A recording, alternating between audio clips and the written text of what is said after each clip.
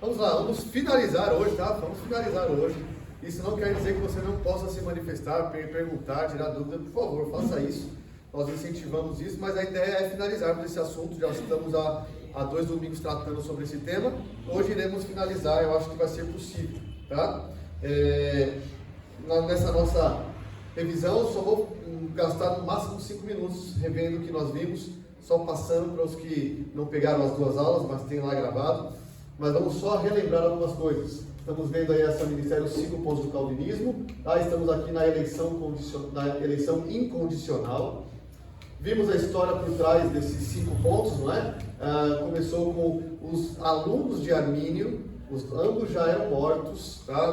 Não se conheceram e não se, entre aspas, enfrentaram. Os dois, não aconteceu isso com eles. Mas os alunos dos dois, Calvino e Armínio, tiveram uma disputa teológica, porque os alunos de Armínio levaram para a igreja da Holanda 5 artigos contra, ou não concordando com a ideia de Calvino sobre a salvação. E aí, em resposta a isso, a igreja da Holanda, que era reformada calvinista, respondeu os 5 artigos com os 5 pontos do calvinismo, né? Foi chamado 5 pontos do calvinismo, que esse documento aqui, os cânones de Dort, porque é o nome da cidade onde foi feita aquela reunião, tudo bem? E vimos que os 5 pontos são esses. Esse acróstico aqui, TULIP, nos faz lembrar facilmente, só que está em inglês, né? TULIP são as iniciais em inglês. Estamos aqui, portanto, na eleição incondicional, por isso a ideia da flor, da tulipa, que resume aí os 5 pontos do calvinismo. O primeiro ponto, qual é o primeiro ponto? Só relembrando em uma frase: a condição, o estado de morte espiritual do ser humano, que manchado pelo pecado possui todo o seu ser afetado. Todo o ser do ser humano, sua mente, suas vontades, suas emoções, está corrompido. E isso o torna incapaz de, por natureza, querer ir a Deus e ser capaz de ir a Deus. Ele não pode, ele não quer. Todo ser humano nasce nessa condição. Não pode, é incapaz, e não quer também. Essa é a condição, nós vimos isso na primeira aula. E nós vimos as provas bíblicas, não é? O homem natural não aceita as coisas do Espírito, porque eles são loucura, e não pode entendê-las, não é capaz de entendê-las. Então vimos a pergunta: como é que então o ser humano pode ser salvo, se ele não quer e não é capaz de ir a Deus por si só? Algo precisa ser feito neste homem, neste ser humano, para que ele queira e vá de fato a Deus. E aí a eleição incondicional responde. Nós vimos aí o que é a eleição: é uma escolha unilateral, de um lado só. Deus escolhe alguns para ser alvos da sua misericórdia, da sua salvação, e é incondicional, porque não tem condição nesse ser humano. Afinal, o primeiro ponto já nos diz: o ser humano não é capaz de, por si só, agradar a Deus. Ele não pode, não quer. Isso é importante, tá? Então nós vimos aí, vou passar por isso, vimos rápido isso aqui. A questão é se isso é bíblico, né? Vimos a história e tal, e aí eu trouxe aqui o que o arminianismo diz, que essa eleição é com base na pré-ciência de Deus, no pré-conhecimento de Deus. Deus olha para a história no futuro, vê que fulano vai crer no ano tal, no dia tal. Ao consultar esse futuro, Deus, então, antes da fundação do mundo, elege. É isso que o arminianismo diz. É uma graça, é uma fé prevista. Deus prevê o que vai acontecer e, por isso, antes da fundação do mundo, ele elege. Não é isso que Dort disse. Dort falou: não, nós não pensamos assim. Nós pensamos que a eleição não é baseada em fé prevista, ou em nada que o ser humano tenha em si, mas unicamente na graça e no amor de Deus que ele age para com alguns. Nada no ser humano faz Deus tomar o passo seguinte. É Deus quem toma o passo inicial. Aí vimos a Comissão de Fé de Mitra, o que ela diz sobre isso. E vimos na aula passada bastante fundamentos bíblicos. Eu trouxe aqui 26 versículos, tá? E me detive em alguns. Vimos que já no Antigo Testamento há uma questão de eleição, não dá para negar isso, tá? Porque um e não outro. E vimos os diversos textos. Estou passando aqui que já foi aula dada. Ok, 26 textos. E aí tiramos algumas conclusões, que não há como negar que eleição é bíblica, não há como negar que existe esse termo na Bíblia. Como eu disse, todas as tradições do cristianismo vão lidar com eleição, porque não dá para tirar a palavra do texto. A questão é como eles vão lidar, como as diversas tradições vão interpretar eleição. E eu estou aqui olhando para duas, calvinismo e arminianismo. O arminianismo diz, é com base numa pré-ciência, num pré-conhecimento. O calvinismo diz, não, é com base na vontade soberana de Deus, única de Deus, sem qualquer mérito, ou sem qualquer ação do ser humano, para que Deus faça isso então. E nós vimos as características da eleição, nós entramos nesse assunto. Primeira, ela é anterior à fé. Tudo bem? O que nós estamos defendendo aqui, com base em textos bíblicos, é que a eleição de Deus é anterior à fé que o ser humano tenha. E aqui eu dei alguns versículos. E creram todos os que haviam sido destinados. Pergunta, o que aconteceu antes aí? Alguém foi destinado ou alguém creu? Foi destinado antes. Então, é uma das evidências. Já vimos. Vocês não creem porque vocês não são das minhas ovelhas. Qual é a condição para se crer? Percebe o que eu estou dizendo aqui? Há algo que Deus faz antes para que então venha a fé. E não o contrário. O que o arminianismo diz é, a fé, então Deus faz a segunda ação, que é eleger. O que os textos dizem é, há uma eleição, e por isso vem a fé. Vocês não creem porque não são. Tudo bem? O que o Pai me dá, virá a mim.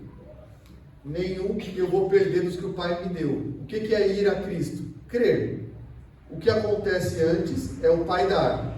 O que o Pai dá, crer. Então tudo isso para defender que a eleição é anterior à fé.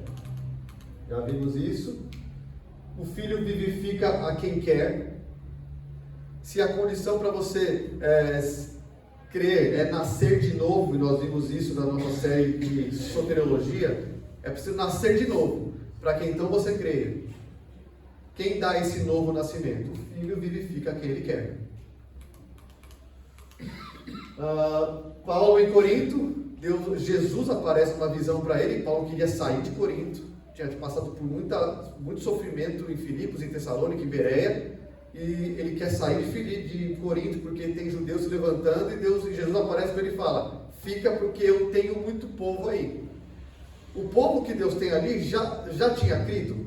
Não, iria crer ainda, não é? Mas Deus diz, eu tenho. A eleição está garantindo que crerão. Tudo bem? É uma citação aqui. E aí vimos que primeiro, então, o primeiro ponto, a característica ela é anterior à fé.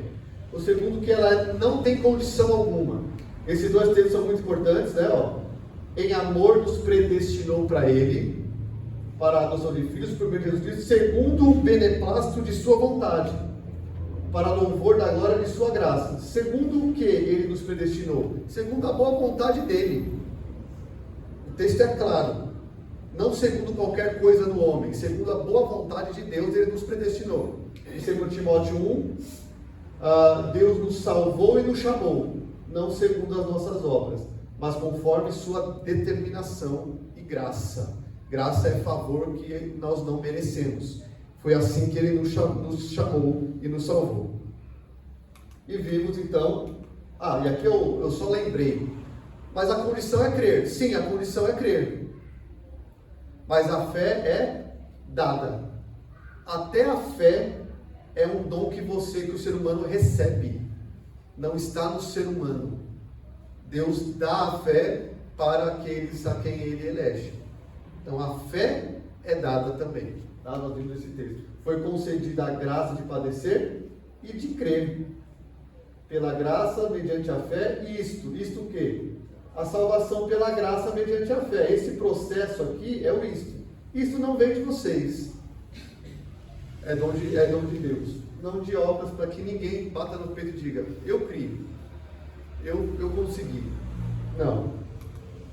E aí vimos, paramos em Romanos 9, certo? Chegamos em Romanos 9, um texto mais assim, evidente sobre a eleição incondicional. Nós lemos o texto, vimos aqui, paramos nele. Tá, e aqui, começo aqui agora, tá? Então, Romanos 9, o ponto aqui é, esse versículo é muito importante, tá? E ainda não eram gêmeos. Quem são esses gêmeos? Esaú e Jacó. Lembra lá que a argumentação é, Paulo está triste porque alguns israelitas não creem. Ele fala, mas tudo foi dado para Israel, as leis, o culto, tudo é deles. E não creem. Por quê? Ele está triste, tem um problema aí. Ele queria ser maldito para que os compatriotas dele, os judeus, crescem. Ele diz, olha, a resposta para isso é por causa de uma eleição. Mesmo os de dentro de Israel não creem. E a resposta para isso é porque tem uma eleição. Isso vem lá de Abraão. Nem todos os filhos de Abraão são de fato israelitas. Por quê? Você tem filho de Abraão, primeiro, na geração seguinte mesmo, Isaac e Ismael, não é isso?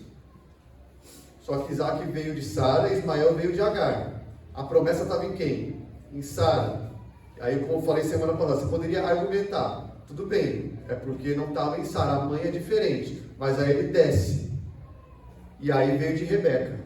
É a mesma mãe agora e o mesmo pai. E os gêmeos estão na mesma barriga. E Deus aborrece um e ama outro. E aí? Ele escolhe Jacó e aborrece Esaú. Então ele está dizendo que tem uma escolha de Deus, sem que eles tenham praticado coisa alguma. Não é? Para que o propósito de Deus, olha aqui, quanto à eleição, prevalecesse, não por obras, porque eles não fizeram nem bem ou mal, mas por aquele que chama. Lembra lá em 2 Timóteo, ele nos chamou e nos salvou com santa vocação, segundo a sua determinação e graça. Colabora, é coerente com isso, né? Já fora dito a ela, Rebeca, o mais velho será servo do mais moço. Então, qual foi o princípio que Deus usou na escolha de Esaú e Jacó? Primeiro, nós sabemos que não foi nada que eles tenham feito, não é? É o que o texto está dizendo, Deus age escolhendo previamente para que o seu propósito quanto à eleição seja estabelecido. Então, o que Paulo está dizendo aqui é que antes de Esaú e Jacó terem nascido, tinha uma escolha sobre eles. Jacó seria amado e Esaú seria aborrecido por Deus. Não dá para nós dizermos que, ainda que isso, que aí é um argumento arminiano, isso aqui se refere a povos, os salvos e os não salvos. Eles são representantes, são tipos, são figuras de salvos. Essa é uma interpretação arminiana. Só que você não pode fugir de que eram indivíduos. Não dá para fugir disso. Eram de fato indivíduos. Ele está dizendo que o indivíduo Jacó e o indivíduo Esaú experimentaram isso. Essa escolha e reprova de Deus. Ainda que eles representem povos, isso acontece com dois indivíduos. E a pergunta é, povos são formados por quem? Se não por pessoas. Não dá para a gente colocar aqui que é uma interpretação de povos e tirar indivíduos disso. Porque os povos são formados por pessoas. Então, é uma escolha de pessoas aqui. Não dá para não resolver isso assim, tá? Vamos lá, seguindo aqui. E aqui a gente vai... eu quero entrar nesse ponto aqui, né? Qual é o ponto de Romanos 9? A gente tem que entender esses três termos. Justiça, misericórdia e graça. Justiça é você dar a alguém aquilo que lhe é de direito. Misericórdia é você poupar alguém de receber um castigo, que é direito dele receber o castigo, né? E graça é eu dar a alguém um favor que não é de direito dele. A misericórdia, eu tiro a mão para não punir. Pensa aí nos filhos, né? Se você for ser justo com o seu filho, quando ele faz algo de errado, você tem que puni-lo. Isso é ser justo. Se você for misericordioso, você tira a mão da punição. Se você for gracioso, você dá algo a ele que ele não merece. Em Romanos 9, existe isso. Justiça. E aqui é um ponto importante para nós entendermos a eleição e falar, é injusto. Já vou tratar dessa objeção. Se nós concordamos com o primeiro ponto, que todos estão mortos, nascem inimigos de Deus por natureza, nascem assim. Porque o pecado veio herdado de Adão. O que é justo fazer com toda a humanidade? Justo. Punir é justo? Todos, é justo. O que Deus faz com alguns é ter misericórdia. Ele não deve isso a ninguém. Ele não é obrigado a ter misericórdia com ninguém. Ele é obrigado a ser justo. Se ele for injusto uma vez, acabou o caráter dele. Agora, ele pode não ser misericordioso. Isso não o faz um Deus mau. Porque ele não deve isso. Ele diz, eu tenho misericórdia de quem eu quero. Ele não tem o direito disso. Ele tem o direito disso. Então é isso que a gente tem que entender que, todos querem ser salvos. A gente está com o pressuposto errado. Lembra, o ser humano não quer e não pode. O que Deus faz é tirar alguns do inferno. Porque todos nascem condenados. Deus tira alguns. Então, o atributo que mais salta aos olhos, qual é aqui? Misericórdia. Misericórdia. É você se espantar e falar, por que eu? Por que Jacó? Você tem que se espantar com isso. Por que Jacó? Isso é de se espantar, não é? Então, e aí, Romanos 9 fala, quem é você para ser juiz de Deus, né? Não pode o autor que está fazendo um vaso, fazer um vaso para um fim e o outro para outro? Pode, ele é o autor daquilo. Então ele pode fazer, ele tem o direito disso. Então essa eleição é incondicional e Deus não é injusto em nenhum ponto. E o terceiro ponto aqui, então primeiro, qual foi? Ela é anterior à fé, à eleição. E creram os que foram destinados. Segundo, ela é incondicional, não tem condição alguma em nós para que Deus eleja alguém. E terceiro, ela não é baseada em sua presciência. Não é baseada. Isso aqui vai muito com o primeiro ponto, que ela é anterior à fé, mas eu quero tratar disso porque é um ponto que o arminianismo pega, né? Então, olha só, duas passagens são usadas pelos arminianos para defender que sim, tem eleição. Eles vão dizer que tem.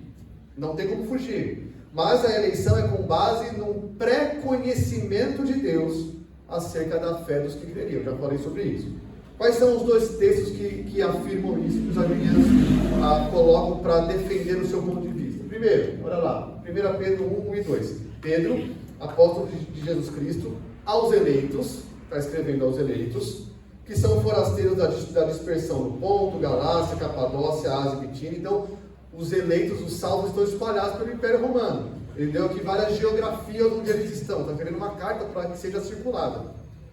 Eleitos, segundo a presciência de Deus Pai, em santificação do Espírito, para a obediência e a aspersão do sangue de Jesus Cristo, graça e paz vos sejam multiplicadas. Esse é o primeiro texto, veja. Segundo o quê? Segundo a presciência de Deus. É isso que o arminiano vai dizer. Olha lá, Deus olhou no futuro e viu. E o segundo texto é Romanos 8, 29. Porquanto, ou porque aos que de antemão conheceu, pré-conhecimento, ele conheceu de antemão, também os predestinou para serem conformes à imagem de seu filho, a fim de que ele seja o primogênito entre muitos irmãos. Esses são os dois textos usados pelos arminianos para dizer: a eleição não é incondicional, ela é condicionada à fé que Deus viu, porque ele tem um conhecimento prévio. Deus previu os que aceitariam, então os elegeu. Qual é a nossa objeção com esses dois textos? Me parece, pastor, agora sou arminiano agora você mostrou o texto que eu queria. Mas nós temos objeções agora contra essa interpretação. Primeiro, o significado do verbo conhecer. Porque a gente tem que olhar para a gramática. É por isso que... É isso que eu ia falar. Porque se Deus fala para Paulo, eu tenho um povo aqui, ele tem um conhecimento prévio de quem vai, dos eleitos dele. Ok? A questão é, Ele sabe quem é. ele sabe quem é. A questão é, conhecer é saber. É essa questão que, o que o autor, os autores Pedro, na sua carta, e Paulo, querem dizer com conhecer. E aí vem a exegese, ou a interpretação, olhar para a língua grega, ter esse trabalho de o que essa palavra significa. Felipe? Seria tentando tratar a onisciência de Deus, que Deus sabe todas as coisas, desde o princípio, o fim, ele sabe tudo. Isso. Seria eles tentando tratar essa onisciência de Deus, esse pré-conhecimento, esse conhecer dele. Isso, é isso que o Hermênio vai dizer. Como ele sabe tudo, ele conhece a informação que virá. É isso. Ele é onisciente. O que nós vamos defender aqui para refutar essa ideia do Hermênio aqui? Deus sabe, Deus teve a informação que o Felipe creria no ano tal, e por isso o elegeu, é que o verbo conhecer na mente hebraica não significa isso. Então eu vou dizer isso, olha só. Conhecer de antemão, conhecer, não é um mero saber, ter informação. Vou dar um exemplo de tradução de verbo conhecer no Antigo Testamento. E Adão conheceu Eva. E tiveram filhos. Como é que você traduziria isso? Teve relação com Eva. E a palavra é conhecer. José também. Isso. Até que o menino nasceu. José e Maria, né? José não conheceu Maria. Isso é no Novo Testamento. Então nós temos que olhar para a palavra hebraica com essa ideia, para a palavra grega, com uma mente do escritor. O que o escritor hebreu entende por conhecer? Olha só, no Antigo Testamento a gente tem alguns textos que falam sobre conhecer. Esse escolhi aqui, no hebraico, é conhecer. Algumas vezes traduzem por escolher. Porque eu escolhi, originalmente é porque eu conheci, para que ordene a seus filhos e a sua casa depois dele, a fim de que guardem o caminho do Senhor e pratiquem a justiça e o juízo. Eu o conheci para uma finalidade, eu o escolhi para uma finalidade. É mais do que saber. Aqui só estou dando exemplo da palavra conhecer no Antigo Testamento. Pois o Senhor conhece o caminho dos justos, mas o caminho dos ímpios perecerá. Pergunta aqui, o Senhor não conhece o caminho dos ímpios? Conhece. Não é uma mera informação, é mais do que isso. Conhecer é ter uma aprovação, é ter uma relação, é ter um relacionamento. É mais do que saber uma informação. Antes que eu te formasse no ventre materno, eu te conheci. E antes que saísse da madre, te consagrei, que te constituí profeta às nações. Não é um mero saber que Jeremias viria. Antes que você estivesse no ventre da sua mãe, eu te amei.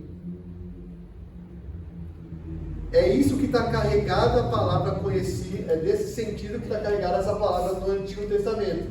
Todas as famílias da terra, somente a vós outros, Israel, vos conheci. Mesma palavra lá de Gênesis 18. Agora a pergunta: de todas as famílias da terra, eu só conheço Israel.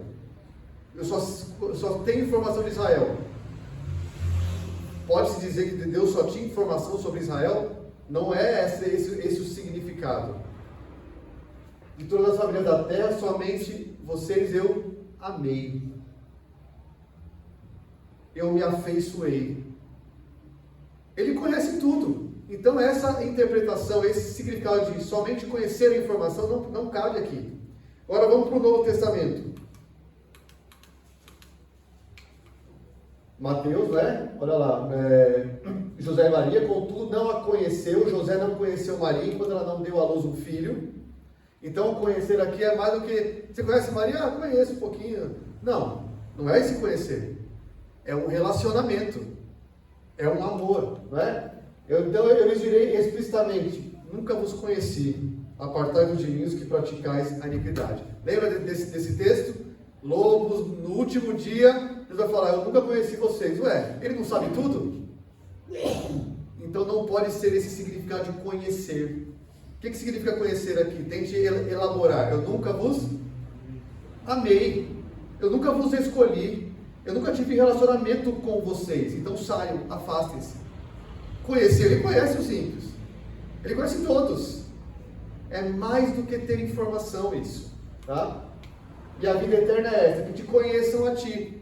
O único Deus verdadeiro é Jesus Cristo. Eu conheço. O Deus da... Muitos podem conhecer o que as igrejas pregam. Como a gente falou, conhecer Jesus. Isso. Conhecer Deus. Conhecer aqui é muito mais do que ter informação. Tá? Então o significado de conhecer para a mente hebraica não é saber a informação, é o quê? Amar. É ter relação, é aprovar, é ter um relacionamento de amor. Então, não há, olhando para isso, nós interpretamos aquele que de antemão conheceu, a esses predestinou. Muda? Porque quem escreveu isso foi um hebreu. Aqueles que de antemão conheceu, a esses predestinou. Ou aos eleitos predestinados segundo o pré-conhecimento de Deus Pai. Segundo o amor prévio de Deus Pai. E é isso que Efésios diz, nos predestinou em amor. Então, a nossa refutação da posição arminiana é: o verbo conhecer não é um mero saber e informação. Porque eu estou olhando para a mente hebraica. E é um autor hebreu, judeu, que está escrevendo. E a segunda refutação é o conhecimento, saber informações, se, e aqui eu vou considerar a posição arminiana, se conhecer é saber informações, como é que Deus sabe uma informação? De onde vem essa informação? Quem gerou aquela informação? Ele. Então é uma questão aqui mais filosófica, mais de lógica, não é? Só Deus pode conhecer algo que já está escrito. Certo? Então, não tem nada fora daquilo que Deus escreveu. Então, não tem possibilidade de criaturas tomarem decisões futuras para que Deus tome conhecimento. Parece que ele não sabia. Agora, quem escreveu aquilo que vai acontecer, se não ele?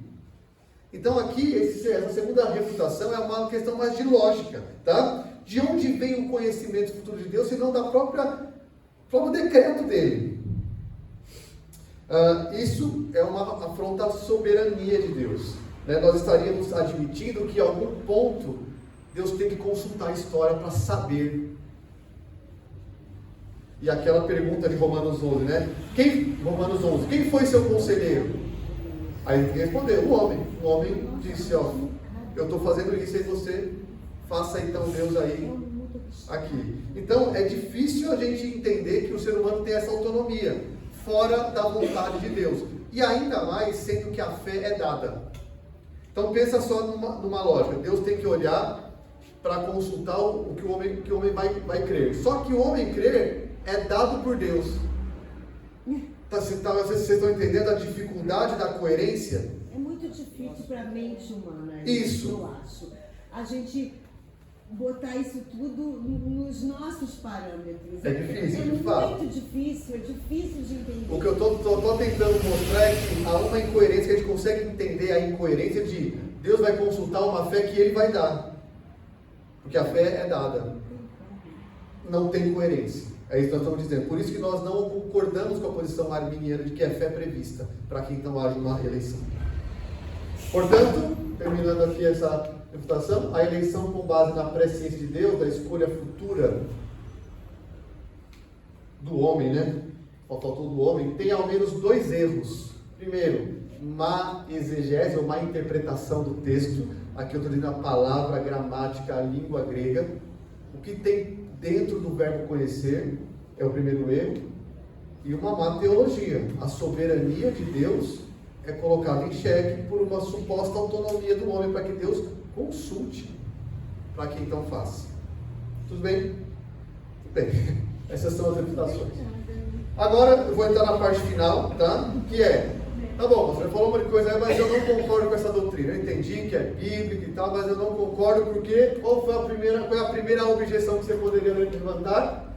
Deus é injusto. O Eliseu falou, né? Eu entrei aqui na igreja e falei, isso não pode acontecer, né? Isso é injustiça da parte de Deus, tá? Não há injustiça da parte de Deus em eleger alguns para a salvação e deixar os outros em seus caminhos.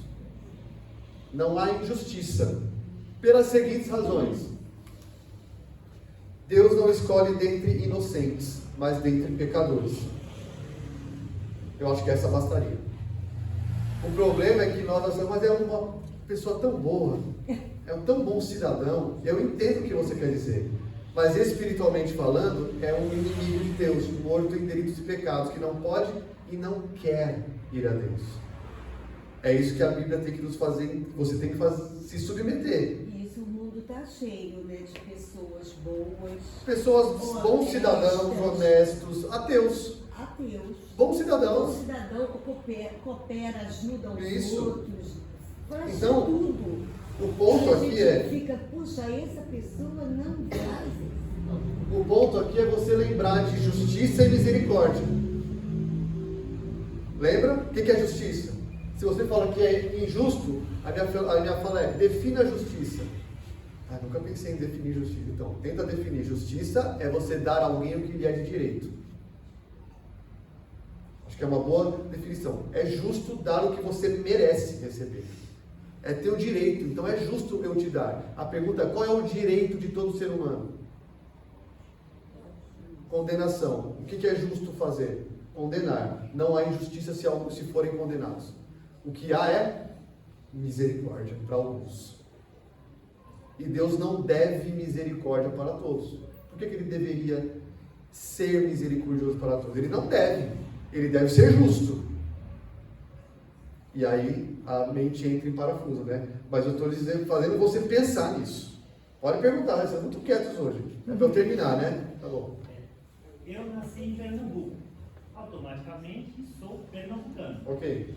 Para eu ser paulista, eu precisaria do título de cidadão paulistano que alguém me desse. Isso, você precisa ser tornado cidadão por alguém. Eu sou Pernambucano. E ninguém pode refutar isso. Ninguém pode dizer, não, você não é pernambucano, você é... Entendi. Eu nasci lá. Não tem como mudar. Eu nasci pecador. Isso. Eu sou isso. Até Jesus conquistar o título, não tem como mudar isso. Até Jesus te dar um novo lugar de nascimento. Agora filho. Né? Agora filho. Ótimo. É isso. Não dá para mudar. Não dá para mudar. A não ser que alguém me mude. A não ser que eu seja mudado por algo externo. Isso é isso que acontece. Exato. Então, isso aí significa que somos totalmente dependentes dele. Obrigado, calvinista. É isso. No fundo é isso. Nós somos totalmente dependentes. Por que isso fere a gente? Porque o ser humano não quer ser totalmente dependente. Isso fere. Não pode, eu não posso. Então, você é. Eu acho que pela nossa condição pecadora, a gente fica questionando por que Deus fez isso. A gente não tem que questionar. Deus é Deus. É isso que Paulo termina Romanos 9. Chega num ponto que você está questionando por não querer abaixar a crista. Aí Paulo fala, quem é você? Agora para e se põe no seu lugar. Você é criatura. Você está querendo ser juiz de Deus? Com que nível de julgamento você vai julgar Deus? É isso que Paulo termina lá. Que aí cala todo mundo a boca, a gente cala a boca. Quem é você? A gente fica questionando muito. Por que me escolheu eu, escolheu aquele? Gente, conforme agradece. Porque é isso. Você tem. É isso. Você falou a palavra Diogo. chave aí, que todos estavam destinados ao inferno. É por isso que o nosso pressuposto tem que ser ajustado. Se está todo mundo condenado, Deus escolher alguns é misericórdia demais. Tem que mudar o nosso óculos para isso. Diogo. As pessoas não entendem. Elas entendem, né? Porque elas têm objeções, elas precisam entender para poder debater. O problema é aceitar. As pessoas não aceitam por causa que elas não querem aceitar que tem pessoas queridas delas que podem não ser salvas. Sim, então, exato. não é entender, É o aceitar. É isso que um autor que eu li, o Paulo Mangrada, vai falar. Não é questão de não entender o texto, é questão de se submeter e aceitar. Porque a gente tem que aceitar. Eu mesmo, eu nunca fui membro de igreja, eu frequentei a Deus e Amor quando era criança, adolescente, mas assim, esporadicamente, mais por causa dos parentes que eram. Ok. Mas nunca fui membro. Então eu nunca tive essa visão, esses estudos, essas coisas, eu sabia quem é Deus, eu creio em Deus, mas tipo assim, vivia a minha vida totalmente podre, mas achava, mano, não tem Deus, não tem. No país católico em geral, Deus, né? Quando eu comecei a ter o entendimento, foi em 2021. Eu estava na internet procurando sobre homeschooling com meus filhos, e ali eu conheci um pastor na internet que ensinava sobre homeschooling. Eu acredito, eu creio que Deus usou a ferramenta da internet e a pessoa do pastor para me levar a ele. Foi aquele momento. E foi nesse pastor que a primeira vez que ele falou sobre a eleição incondicional, eu não tinha objeção alguma. Na hora eu compreendi, aceitei e falei, é isso. Eu sou podre e é Deus que vai me levar. E se de repente o meu pai não aceitar Deus até a morte dele, meu pai não vai ser salvo. Então eu acho que, porque a minha esposa, ela tem a mesma objeção, é a mesma dificuldade. Eu falo para ela, o problema não é que você não entende. Que é injusto, é isso? É que você não quer aceitar que de repente um irmão seu possa não ser salvo. Então o problema das pessoas é que os entes queridos dela pode acontecer de não ser salvo. E isso faz com que elas não aceitem o texto, a verdade bíblica, é isso. Acho que é uma boa palavra. Também concordo com a questão do afeto, pega muito na gente. Pega muito mesmo. É difícil, mas é a quem nós somos submissos? São nossos afetos ou a palavra de Deus, que é o objetivo? É isso, é quem nós somos submissos. Pastor, com relação a que é bom entrar ali, com relação a... Tem muitas coisas que são culturais também. Outro dia eu vi um filósofo falando com relação à atitude íntegra de um japonês no avião. Ele falou que ele foi tão, assim... educado, dele, correto, honesto. E assim, ele falou, o brasileiro, ele se espantou com essa questão. Com a honestidade de outros povos. Exatamente. Então, assim, às vezes a gente indaga assim, essa pessoa é tão boa. A gente não sabe, é boa, entre aspas, mas a gente não sabe que muitas das vezes, por causa da cultura, não transborda a pecaminosidade da pessoa, né? Não é evidente como é aqui, por exemplo, mas são outros pecados. Só que aí, fala assim, então a gente não vamos mandar esse missionário para a Suécia, Noruega, não precisa. Os caras têm educação boa, ou seja, quem é o redentor lá? É o sistema, é a boa educação, isso redimiu. Não, tem que mandar o missionário para a Suécia. Eles estão mortos em delitos e pecados, são inimigos de Deus. Para o Japão, que devolve a carteira no metrô, de fato nos impressiona. Mas isso não significa que são pessoal de Deus lá, né? O que a Bíblia diz sobre o ser humano? O ser humano é inimigo por natureza. O sueco, o norueguês é egoísta, é vaidoso, é avarento. Lá tem tráfico de droga, lá tem tráfico de mulheres, lá tem um monte de coisa. E a maior parte deles é Deus. Muitos no Oriente, a maior parte é idólatra. Eles criam outros deuses, demônios. Exato, percebe? Então, são bons em essência, em questão de... São bons externamente, de cultura. Na sociedade, mas espiritualmente uns são idólatras, outros são ateus. E essa é a questão. Isso. Não é o ponto se ele é bom como pessoa na visão de outro humano. Que nem, claro, a gente vai falar, Hitler é mau. Mas a gente vai olhar e falar assim, pô, o Batista é bom. Na visão humana, tipo, de homem para homem. Só que Deus olha outra coisa. Deus vai comparar eles com Jesus Cristo. Exatamente. E está todo mundo e perdido. A nossa visão, o nosso parâmetro é totalmente mal. Porque eu posso admirar alguém e o outro ela não. Né? Então, assim, é só uma opinião, subjetivo, é subjetivo. muito subjetivo você achar que a pessoa é boa. É boa como? por exemplo, o cara lá na Noruega acha o dinheiro e devolve. Que pessoa boa. Aí vai conversar com a esposa dele. É um crapo, ele me trata mal. E aí, deixa o brasileiro aqui na situação, né? O ponto então é que não há injustiça porque Deus não escolhe dentre inocentes. É esse o ponto, não tem inocente. E aí que a gente tem que mudar a nossa chave. Por que não há injustiça? Que injustiça há em ser misericordioso para alguns e deixar que os outros paguem por aquilo que merecem? Pensa com a mente. Tem injustiça em a pessoa pagar aquilo que ela deve? Não, é justo inclusive. Não há injustiça. O que há é misericórdia. Deus não deve salvação a ninguém. Ele é misericordioso, ele salva alguns. O nosso espanto é por que ele não condenou a todos. Isso é o nosso espanto. A misericórdia de Deus é o atributo que se destaca, não a injustiça. Porque os arminianos vão dizer com relação à visão calvinista que o Deus calvinista é injusto, é arbitrário. Não, porque qual é o nosso pressuposto? Está todo mundo condenado. Não tem inocente. E para calar a nossa boca, quem é você para ser juiz de Deus? Então você fala assim, Deus, o Senhor é injusto. Espera aí. Onde é que você está? Eu criei um boneco, vou colocar aqui, eu criei um boneco e o boneco fala assim, é injusto. Eu criei você. Você está falando que eu sou injusto? Quem é você para me julgar? Qual o teu nível de julgamento para falar sobre mim? Então é isso que Paulo fala, né, no final. De modo nenhum. Paulo já responde isso. Fala. Eu vejo isso, por exemplo, tinha até um quadro antigo que ele tinha as pessoas indo para o inferno e as pessoas no lugar, e a terceira opção, que era como se fosse um Y, né? Então, na verdade, o apóstolo Paulo fala para vocês, daí ele nos transportou do reino das trevas. Está todo mundo indo para o inferno, é isso. Tira e coloca.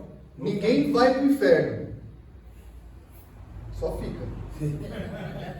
O que Deus faz é tirar. Porque se então todos nascem assim, estão todos lá. O que Deus faz é tirar. É isso aí.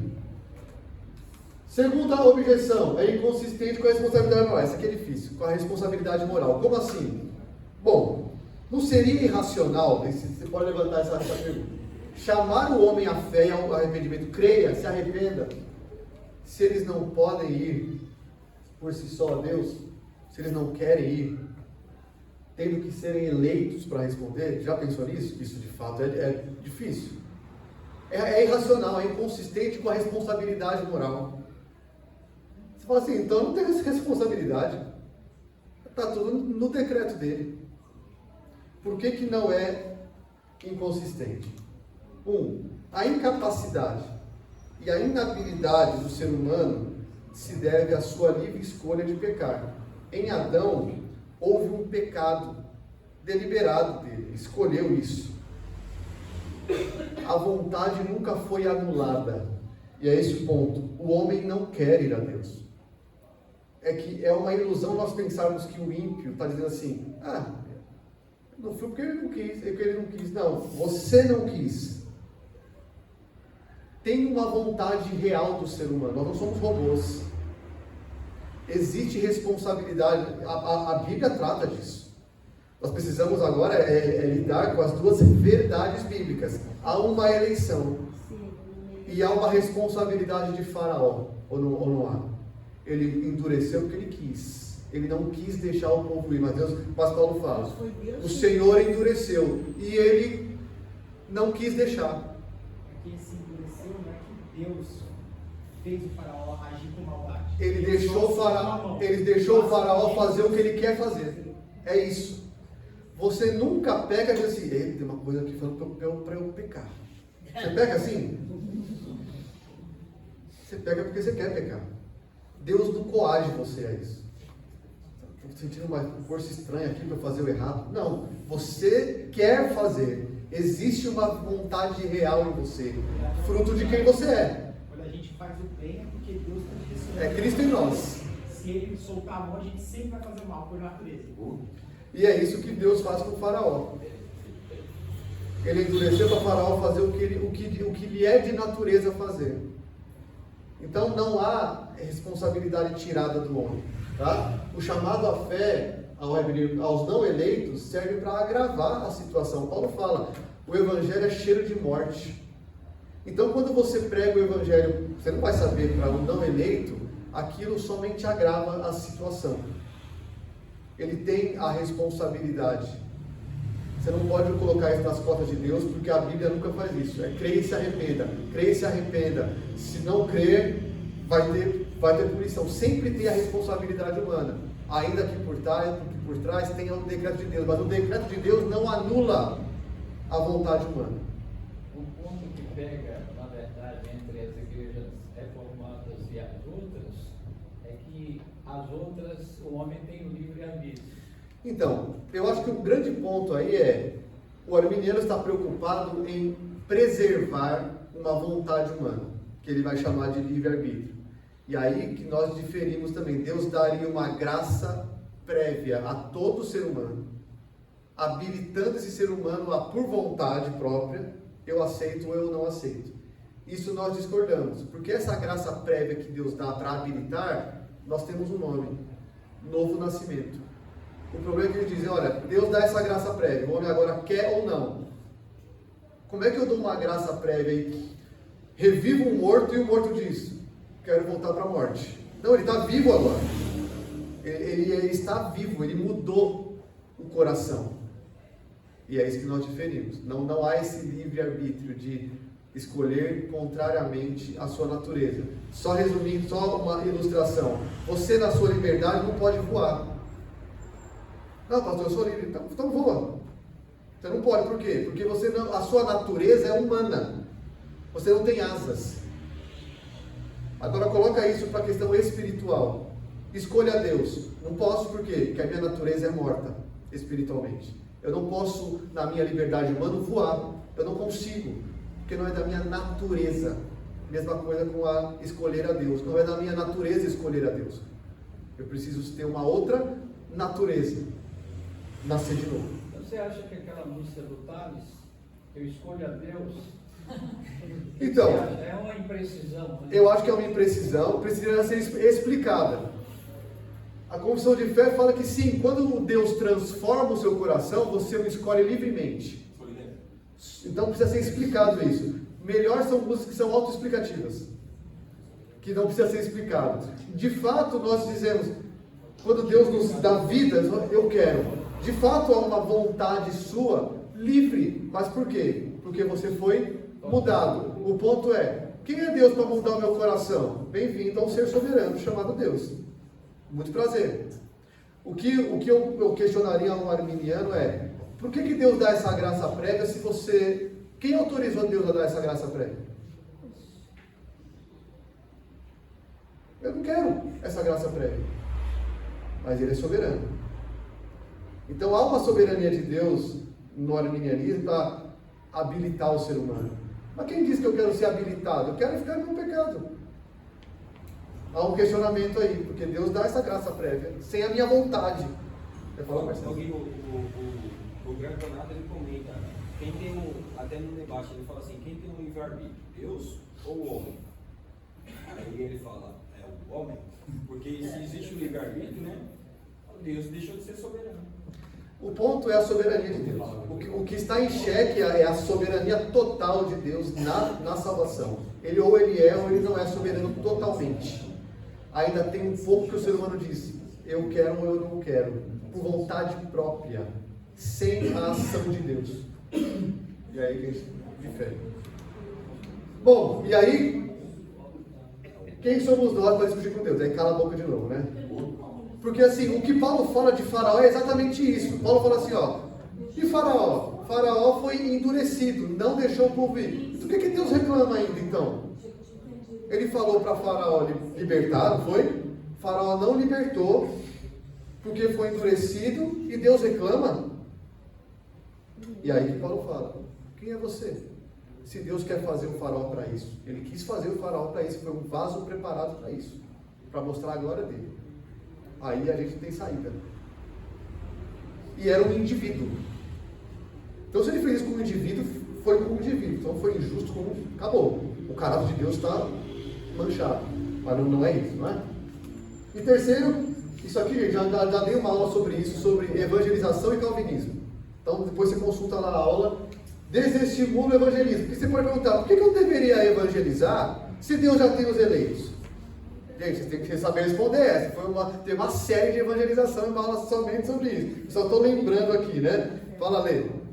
É que eu achei engraçado, né? Porque assim, quando eu cresci na Assembleia, e aí você aprende, eu vim ver sobre calvinismo e arminianismo aqui. Uhum. Mas você cresce e lá quando eu era pequena, a gente aprendia o seguinte, quando você estava no culto e o pastor pregava, você tinha que orar para Deus convencer as pessoas a aceitar Jesus. Opa, que soberania é essa? Quando a palavra era pregada, depois da palavra, a gente orava, né? Deus convence, Senhor, que ai. E aí você entendeu hoje sobre isso, esse assunto, você fala, nossa, isso é a vida inteira. Orando como calvinista. Você orou como calvinista. Que eu vou falar só sobre isso. E é interessante, porque assim, eu vim aprender isso agora, mais velha, mas a vida inteira eu não aprendi, apenas quando o pastor pregava, a gente tinha que orar para Deus convencer as pessoas a aceitar Jesus. E eu tinha muitas amigas que não gostavam de ir para a igreja, porque chegava um momento na relação, e aí elas falavam, eu quero aceitar Jesus, por que eu tenho que ficar? E os irmãos estavam insistindo. E isso é muito chato. É uma forçação de barra, né? Meio artificial, né? Isso, mas a gente aprendeu assim. Aprendeu isso. Curioso. Então, olha só. Desestimula o evangelismo. Você já pensou nisso quando falou de eleição? Por que não pregar se Deus tem os seus eleitos? Bom, olha os textos. Creram os que haviam sido destinados. Já? Tudo suporte por causa dos eleitos. Tenho muito povo nessa cidade. Gente, isso aqui eu só vou mencionar. Nós temos muitas razões para evangelizar justamente porque Deus tem os seus eleitos. Muitas razões.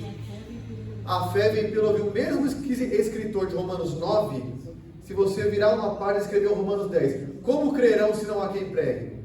Ué, Paulo, responda você em Romanos 9. Deus tem seus eleitos. Qual é o meio que Deus escolheu para que os eleitos cresçam? A pregação. Então, é o meio. O mesmo Paulo escreveu, como crerão? Pela eleição. Não, pregue. Então não tem desculpa aqui com o calvinismo, tá? Olha lá, como crerão, como ouvirão se não há quem pregue? Paulo escreveu, sobre mim pesa a obrigação de anunciar o evangelho. O Paulo calvinista, calvinista, o Paulo que escreveu Romanos 9, né?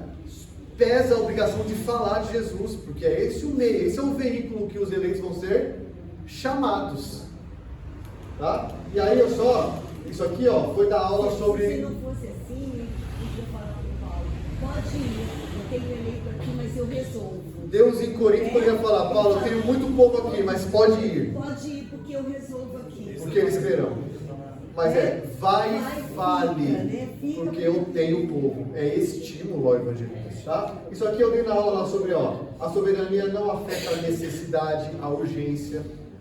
Só confirma, tá? Que a soberania de Deus, a eleição, é a única esperança de sucesso, gente. Como é que você vai convencer com a tua argumentação um morto espiritual? Fala pra mim. É desesperador. Você não convence. Quem sou eu para convencer um morto espiritual? Louvado seja Deus que ele tem os seus eleitos. E eu vou pregar, eu não sei quem são. Conclusões e aplicações. O que essa doutrina de 3 aulas deve nos levar a fazer? Ou a ser? Certo? Por que humildade? Porque você não pode se vangloriar. Se essa doutrina não te trouxer humildade, você é um péssimo calvinista. Péssimo. Você tem que ser discipulado. Dentro dessa humildade aí, então, há muitos que dizem, né? Eu ganhei tantas almas para Jesus. Eu fui usado, um vaso de barro como eu, fui usado para levar o ouro dentro, que é o Evangelho. Usado, né? Usado. Não Eu fui um ganhei almas para instrumento. Jesus. Mas há muitos em outras igrejas, o que você tem feito? Eu ganhei tantas almas para Jesus. Poxa, você. Pois é, né? Tem que virar essa chave aí. Humildade. Olha o que Deus diz aqui sobre humildade aos coríntios. Irmãos, reparem na vossa vocação. Não foram chamados muitos sábios, nem muitos poderosos, nem muitos nobres de nascimento. Pelo contrário, Deus escolheu as coisas loucas do mundo para envergonhar as coisas sábias. Escolheu os fracos para envergonhar os fortes. Escolheu as coisas humildes e as desprezadas para reduzir a nada as que são. Então, eleição tem que te levar a cara no pó. A dizer, eu sou nada. O Senhor me tirou de lá. Então, não aceitamos calvinistas soberbos. Infelizmente, a internet está cheia deles. Calvinista soberbo é contradição. Se você entendeu a eleição, você tem que ser muito humilde. Muito. Isso Não, é que muita gente fala que o calvinista é arrogante. é arrogante. Sou eleito. Isso tem que te levar a cara no pau o tempo todo. A agradecer aqui, ó. Senhor, por que eu? Por que eu? Olha quem sou eu. Santidade. Se eu sou eleito, vamos viver como quer. Então vai para a Bíblia. Procurai com diligência cada vez maior confirmar a vossa vocação e eleição. Pedro diz, depois de falar sobre procedimento cristão, ele diz, então, confirme que você é um eleito. Como? Pelo seu viver. Eleição nunca foi carta branca para desleixo de comportamento. Sou eleito mesmo. Isso nunca foi carta branca. Revesti-vos, pois, como eleitos de Deus, santos e amados. De quê? Porque você é um eleito, seja misericordioso, seja bondoso, humilde, manso, longânimo. Justamente porque você é eleito. Viva em santidade. Justamente porque você é eleito, ande de modo digno. O chamado à santidade do eleito é claro na Bíblia, claro. Com toda a humildade, você dá lá, de novo, longanimidade. A vida em amor uns pelos outros é prova de que você foi eleito. Você suporta os irmãos, você ama os irmãos, isso é prova. Faça o melhor sapato que você puder. Faça o melhor, exatamente. Lutero, faça a melhor coisa que puder fazer, seja justo com os seus. Isso é prova. Para que Deus nos escolheu? Para ir para o céu. Para você ser santo e irrepreensível perante Ele. Então, olha lá como você vive. Confirme a sua eleição. Somos feitura dele, criado para boas obras. O que é boa obra? É obediência. Você foi criado para isso. Que Deus de antemão preparou para que você andasse nelas. Então, para de pecar. Vida santa. Cada vez mais. Porque você é um eleito justamente por isso. Evangelização. Bom, você deve evangelizar justamente porque tem eleito. Tá? Isso deve te levar. As ovelhas que foram dadas ouvirão a voz do pastor. Como é que elas vão ouvir a voz do pastor? Pela pregação, tá? E conforto, segurança e pregação. Gente, se nós somos crentes, significa que você foi amado desde antes da fundação do mundo, sem que nada em você fosse levado em conta. Se você é crente, Deus te amou sem condição prévia. Quem vai te separar disso? Isso tem que te levar a segurança, conforto e gratidão. Essa doutrina nos garante segurança da salvação. E você tem que se ajoelhar e dizer, Senhor, obrigado. Não tem outra palavra a dizer, senão eu não sou digno. Obrigado que o Senhor me tirou disso. Eu termino com Spurgeon. Creio na doutrina da eleição, porque estou certo de que se Deus não me tivesse escolhido, eu nunca o teria escolhido. Nunca. E aqui, para vocês que querem mais desse assunto, esse livro aqui é o que eu recomendo. Eleitos de Deus. É um pouco pesado de alguns termos mais filosóficos, mas é certeiro, do Sproul. Eleitos de Deus. Ele vai tratar justamente da doutrina da eleição. Recomendo. Eleição do Spurgeon foi um sermão que ele pregou. E esse aqui, do Piper, olha só, um estudo teológico de Romanos 9, 1 a 23. Ele pediu para a igreja dele um ano sabático para ele escrever um livro sobre Romanos 9. Então ele se aprofundou no texto um ano, pediu licença da igreja para estudar Romanos 9. Então são esses 3 livros que eu recomendo se você quer fritar a sua cabeça. Brincadeira, se você quer saber mais sobre o assunto. Gente, semana que vem então, saímos de eleição, vamos para a expiação limitada. Tá bom? Então semana que vem o próximo assunto, a letra L do livro. Deus abençoe. Deus abençoe os eleitos do Senhor. Pastor Orlando?